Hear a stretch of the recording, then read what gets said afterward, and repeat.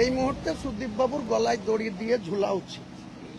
কারণ আমি বলবো, ওনার যদি ন্যূনতম সামান্যতম কৃতজ্ঞতা বোধ থাকতো, তাহলে মমতা ব্যানার্জির দল ছেড়ে এই 80 বছর বয়সে কিসের লোভে কিসের লালসায় তিনি মমতা ব্যানার্জির দল ছেড়ে আবার একটা অনামী দল, যে দলকে কেউ চেনে না জানে না, সেই দলের লিডারশিপ করতে যাচ্ছি। শুনছি নাকি আবার আগামী দিনে এনডিএ কে সমর্থন করবে।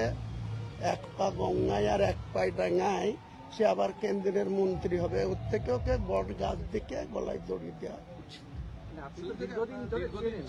হ্যাঁ, আমাদের বহরমপুরে আমাদের দাদাদের ক্লাসমেট ছিল, আমার বড়দার ক্লাসমেট ছিল। ও কি করতো জানেন তো, বাড়ি থেকে বেরিয়ে কলেজে আসতো, কলেজে গেঁজাতো, ছাত্র রাজনীতি করতো। ওই করতে করতে যার একটু চকচকে সাইকেল দেখতো, তখনকার দিনে একটা সাইকেলের দাম ছিল 50 টাকা। তো এদিক ওদিক দেখে লোকজন না থাকলে পরের সাইকেল, আর তখনকার দিনে সাইকেলের এত লক থাকতো না, তালা থাকতো না, ও পরের সাইকেলে চেপে চলে যেত। যদি সাইকেল হলে বলতো, এই সুদীপ কেন আমার সাইকেলে যেতে, বলে এই চায়ের দোকানে একটু কাজ আছে, ঘুরে এসে দিচ্ছি। আর যদি সে না দেখতো, তাহলে ওই সাইকেলটা গিয়ে 30 টাকায় বিক্রি করে।